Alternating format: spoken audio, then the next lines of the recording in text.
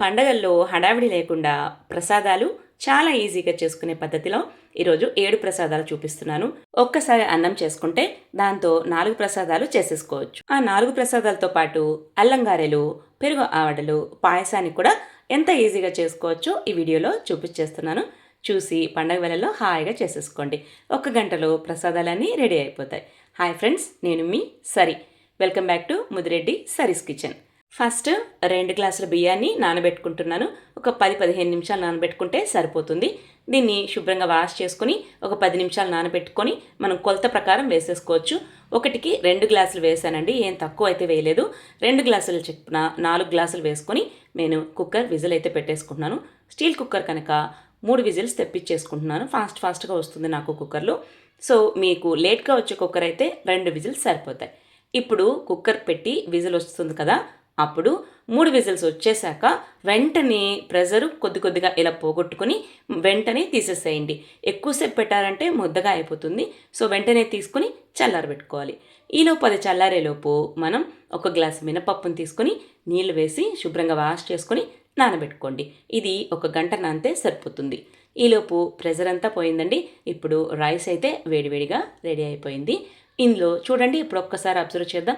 పొడిలాడుతూ చూడండి చక్కగా వచ్చేసింది. దీన్ని ఆరబెట్టుకోవాలి.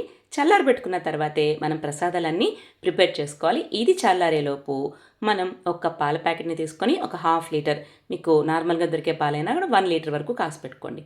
పాల ప్యాకెట్ కనుక 1 గ్లాస్ వాటర్ వేసుకొని నేను కొంచెం కాగబెట్టుకొని దీన్ని చల్లారబెట్టుకున్నాను. పాలు కూడా చల్లారిపోవాలి.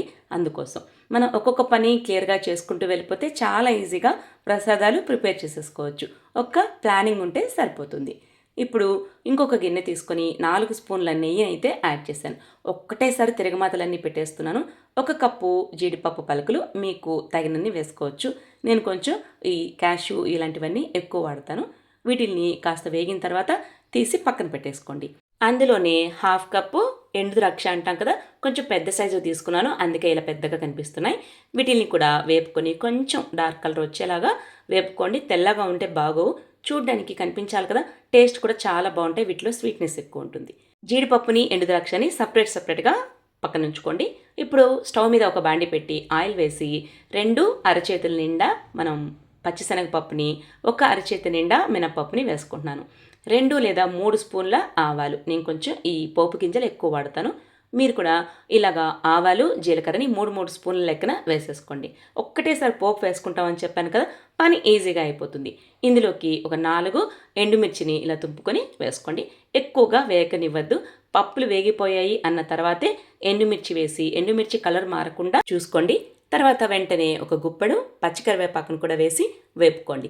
ఇవి కాస్త వేగిన తర్వాత 1 స్పూన్ వరకు ఇంగువని యాడ్ చేసుకోండి. ఇది చాలా మంచి గమగమలాడుతూ ఉండేదానికి ఉపయోగపడుతుంది. ఇంగువ అనేది డైజెషన్కి కూడా యూజ్ అవుతుంది. ఇప్పుడు పోపు అంతా వేగిపోయింది. దీన్ని పక్కన ఉంచుకొని చల్లార్చుకోవాలి. ఇప్పుడు ఒక తట్కా తీసుకొని ఈ పోపు కోసం కొంచెం ఆయిల్ వేసి గ్రౌండ్ నట్స్ని వేపుకోండి. పోపు అంతా సపరేట్గా పెట్టుకున్నాం కదా, ఇప్పుడు ఇంకొక బాండీ తీసుకొని చిన్నది ఇలా తట్కా లాంటిది తీసుకుంటే మనకి ఈజీ అవుతుంది. గ్రౌండ్ నట్స్ అన్నీ బాగా వేగిన తర్వాత వేరుశనగ పప్పుల్ని సపరేట్గా ఇంకొక ప్లేట్లోకి తీసుకోండి.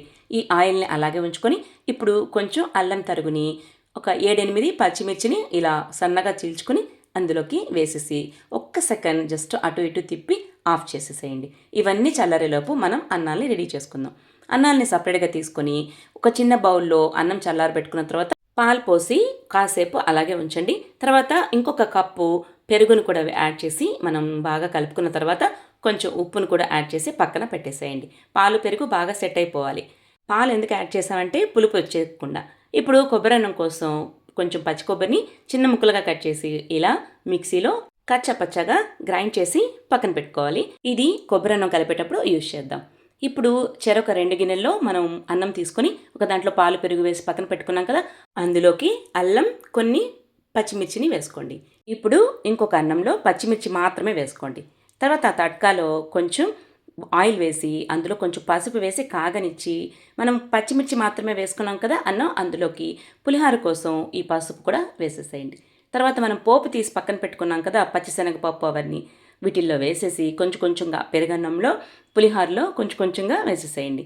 ఇప్పుడు పులిహోర కోసం కొంచెం ఉప్పు, కొంచెం జీడిపప్పులు ముందుగా వేయించి పెట్టుకున్నాం కదా, అది వేసేస్తే చక్కగా పులిహార అనేది రెడీ అయిపోతుంది. ఇందులో నిమ్మరసం అనేది మనకు తగినంత వేసుకోండి. నేనైతే 1.5 దబ్బా వేసుకున్నాను.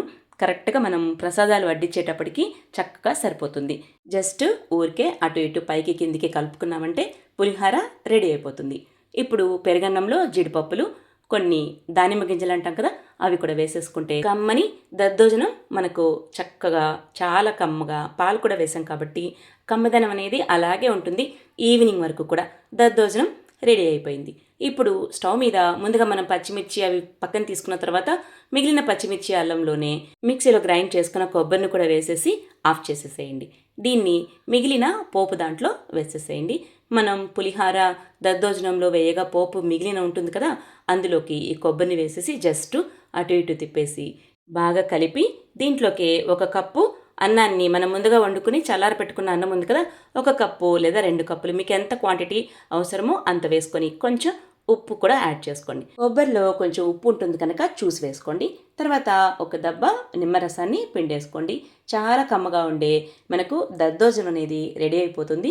ఇప్పుడు ముందుగా మనం కొన్ని వేపుకున్నాం కదా, గ్రౌండ్ నట్స్ పులిహోరలో వేసుకున్నాం కదా, ఆ మిగిలినవి ఇందులో యాడ్ చేసేసేయండి. ఇప్పుడు దీంతో పాటు కొన్ని జీడిపప్పుల్ని యాడ్ చేసుకోండి.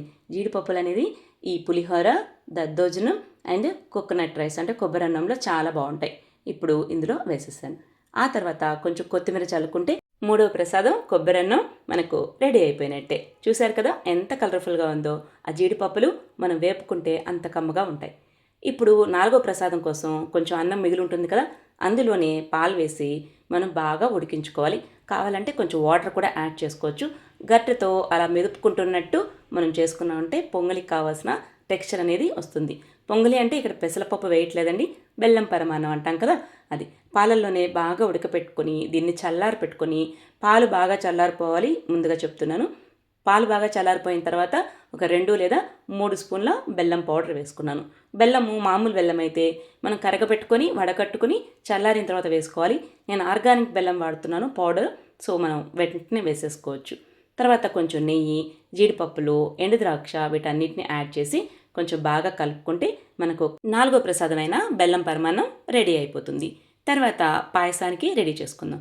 మనం జీడిపప్పుల్ని వేపుకున్నాం కదా, అప్పుడు జీడిపప్పుల్ని ఎండు ద్రాక్షని సపరేట్ చేసాం కదా, ఆ మిగిలిన నెయ్యిలోనే 1 కప్పు సేమియాని వేపుకుంటున్నాను. ఆల్రెడీ వేపినదైనా కూడా నెయ్యిలో వేపుకుంటే చాలా కమ్మగా వస్తుంది పాయసం. చూడండి, ఈ విధంగా వేపుకున్న తర్వాత ఎక్స్ట్రా ఉన్న నెయ్యిని పక్కకి గ్లాస్లోకి తీసేసుకోవచ్చు. పొంగల్లో వీటిలో కూడా యాడ్ చేసుకోవచ్చు. ఇప్పుడు 1 గ్లాసు వాటర్ని యాడ్ చేసుకుంటున్నాను. చూసుకొని వేసుకోండి. మళ్ళీ కూడా కొంచెం యాడ్ చేసుకోవచ్చు వాటర్ని. బాగా ఉడికిన తర్వాత ఒక 5-10 నిమిషాల తర్వాత ఈ సేమియాను వేపుకోవడం వల్లే తొందరగా ఉడికిపోతుంది అనమాట. ఇది కొంచెం ఒక 5 నిమిషాలు వేపుకోవాలి. కొంచెం మీడియం ఫ్లేమ్లో పెట్టుకోండి. ఇది పొంగిపోకుండా ఇలా చూడండి, ప్రతి ఒక్క దాంట్లో ఒక్కొక్క స్టవ్లో పెట్టేసి ఫాస్ట్గా 1 గంటలో ప్రసాదాలన్నీ కంప్లీట్ చేసేసుకోవచ్చు ఈజీగా. పాయసం ఉడికిపోయింది. మనకిప్పుడు పాయసం అంటే ఇలా సేమియా ఉంటుంది కదా, దాన్ని జస్ట్ అలా ప్రెస్ చేస్తే సగానికి ఇరిగిపోయిందంటే రెడీ అయిపోయినట్టే. ఇప్పుడు 1 కప్పు చక్కెర లేదా 1/4 కప్పు చక్కెరని యాడ్ చేసుకోవచ్చు. మీకు ఇష్టమైనంత చక్కెరని యాడ్ చేసుకోండి. షుగర్ బదులు బెల్లం కూడా యాడ్ చేసేసుకోవచ్చు. బట్ దించుకున్న తర్వాత చల్లారిన తర్వాత యాడ్ చేసుకోవాలి. ఇప్పుడు 1 స్పూను ఎలాచి పౌడర్ని, తర్వాత ఒక కాచి చల్లార్చిన 1/4 గ్లాసు పాలని, చిక్కటి పాలని యాడ్ చేసుకోండి. చాలా బాగుంటుంది. కొంచెం జీడిపప్పుల్ని, ఎండు ద్రాక్షల్ని వేపుకున్నాం కదా, దాన్ని కూడా యాడ్ చేస్తే కమ్మటి పాయసం అనేది ఈజీగా అయిపోతుంది. చూసారు కదా ఎంత ఈజీగా ఉందో. ఈ నెయ్యి అనేది పైన తగులుతుంది కదా, ఆ గ్లాసులో వేపుకున్న తర్వాత కొంచెం నెయ్యిని పక్కకి తీసుకుంటే పైన యాడ్ చేస్తే చాలా బాగుంటుంది. ఇప్పుడు మినపప్పు నానబెట్టుకున్నాం కదా, దాన్ని ఇలా మిక్సీలో వేసుకొని మెత్తగా ఇలా కాటుకలాగా చేసుకుని మనం గ్రైండ్ చేసేసి మనం ఒక గిన్నెలోకి తీసేసుకుందాం. ఇప్పుడు అల్లం గారెలు ప్రిపేర్ చేసుకుందాం. ఇప్పుడు చూడండి, నేను ఇలా తీసుకొని ఇలా వదిలితే ఇలా పిండి అనేది కిందికి పడింది కదా, అలాగా ఉండాలి. కొన్ని అల్లం ముక్కలు, 1 స్పూను మిరియాల పొడి, కొంచెం సాల్టు, 2 స్పూన్ల బియ్యపు పిండి, కొంచెం సోడా ఉప్పు అంటాం కదా, దాన్ని వేసుకోండి. 2 స్పూన్ల బియ్యపు పిండి అయితే కంపల్సరీ యాడ్ చేసుకోండి. ఇందులో ఆనియన్స్ అవి యాడ్ చేయం కదా పండగల్లో, చాలా బాగా వస్తుంది అనమాట కరకరలాడుతూ. అందువల్ల బియ్యపు పిండి అయితే కంపల్సరీగా వేసుకోండి. మన దగ్గర బియ్యపు పిండి లేకపోతే ఈ మినపప్పులోనే కొన్ని బియ్యాన్ని అయితే యాడ్ చేసేసుకోండి. గ్రైండ్ చేసేటప్పుడు అవి మెదిగిపోతాయి. ఇప్పుడు చూడండి, ఇలా బాగా కలుపుకొని మనం చూడండి ఇలా వదిలితే అలా ఉండాలన్నమాట. ఇప్పుడు చూడండి, నూనె కాగిపోయింది కదా, ఆల్రెడీ పెట్టేసుకున్నాం కదా. ఇప్పుడు దీన్ని జస్ట్ చేత్తోనే చేయి తడుపుకుని జస్ట్ ముద్ద చేసుకుని దాన్ని మనం ఇట్లా జస్ట్ హోల్ చేసుకొని వేసేసుకోవడమే. చూడండి పిండి ఎంత చక్కగా సాఫ్ట్గా ఇలా చేత్తోనే వేసేసేలాగా చేసుకోవాలి. ఇప్పుడు అలవాటు మీద మాకైతే వచ్చేస్తుంది. మీకు పేపర్ మీద అయినా చేసుకోవచ్చు కొత్తగా చేసే వాళ్ళైతే. ఇప్పుడు చూడండి జస్ట్ ఒక 6 పడతాయి నాకైతే చిన్న బాండీలో. 6 కరెక్ట్గా మీడియం ఫ్లేమ్లో పెట్టుకొని వేపుకుంటే కరకరలాడుతూ ఉంటాయి. ఈవినింగ్ వరకు అయినా కూడా మనకు మెత్తగా అయిపోకుండా చాలా కరకరలాడుతూ ఉంటాయి. మీడియం ఫ్లేమ్లో పెట్టుకొని ఒక సైడ్ కాలిన తర్వాత మరొక సైడ్ తిప్పుకొని అదేవిధంగా ఇలా గోల్డెన్ కలర్లో వచ్చేంత వరకు మనం వేపుకుంటే క్రిస్పీగా ఉండే కరకరలాడే అల్లం గారెలు రెడీ అయిపోతాయి. ఇలా వాయిలన్నీ వేసేసుకున్న తర్వాత అల్లం గారెలుగా పెట్టుకోండి. మరికొన్ని పెరుగు ఆవడ చేస్తున్నాం కదా, అందులోకి సపరేట్ చేసి పెట్టుకోండి. దాన్ని మనకు మిక్స్ కాకుండా అదొక ప్రసాదంలాగా పెట్టుకోవచ్చు. చూడండి ఎంత కరకరలాడుతూ అల్లం గారెలు ఎంతో ఈజీగా క్రిస్పీగా రెడీ అయిపోయాయి. ఇప్పుడు పెరుగు ఆవడ కోసం పెరుగుని తీసుకొని జస్ట్ ఇలా మొత్తాన్ని కలుపుకొని గడ్డలు లేకుండా గడ్డతో అలా తిప్పుకోవాలి. ఇప్పుడు మనం ముందుగా పోపు వేసుకున్నాం కదా, అన్నిటికీ ఆ పోపుని కొంచెం యాడ్ చేసేసి ఇందులోనే కొంచెం పసుపుని యాడ్ చేసేసి కొంచెం ఉప్పుని యాడ్ చేసుకోండి. ఎందుకంటే వడల్లో ఉప్పు ఉంటుంది కదా, కొంచెంగా వేసుకోవాలన్నమాట. ఇప్పుడు దీన్ని గడ్డతో బాగా కలుపుకొని క్రీమీ టెక్స్చర్ ఉండేలాగా మనం చూసుకోవాలి. ఇప్పుడు మనం ముందుగా రెడీ చేసుకున్న అల్లం గారెల్ని ఇందులోకి యాడ్ చేసుకోవాలి. కొంతమంది ఈ అల్లం గారెల్ని వాటర్లో ముంచి జస్ట్ ఆయిల్ అంతా పోయిన తర్వాత ఈ ఆవడలో కలుపుతారు. నేనైతే డైరెక్ట్గానే వేసేస్తాను. తర్వాత కొంచెం కొత్తిమీరని పైన చల్లుకుంటే 7వ ప్రసాదమైన పెరుగు ఆవడ కూడా రెడీ అయిపోయింది. చూసారు కదా, నచ్చిందా? ట్రై చేస్తారా? ఈ వరలక్ష్మి వ్రతానికి మీకు ఈజీగా 1 గంటలోనే ప్రసాదాలన్నీ రెడీ అయిపోతాయి. ఇప్పుడు నేను 7 ప్రసాదాలు చూపించాను కదా, మీరు వడపప్పు పానకం యాడ్ చేసుకుంటే 9 నైవేద్యాలు సమర్పించుకోవచ్చు. పూర్ణం బూరెలు కూడా అప్లోడ్ చేసినాను, ఒకసారి ఛానల్ని చెక్ చేయండి. మరో మంచి రెసిపీతో మళ్ళీ కలుద్దాం. అప్పటి వరకు take care and by by. శ్రీమాత్రే నమః.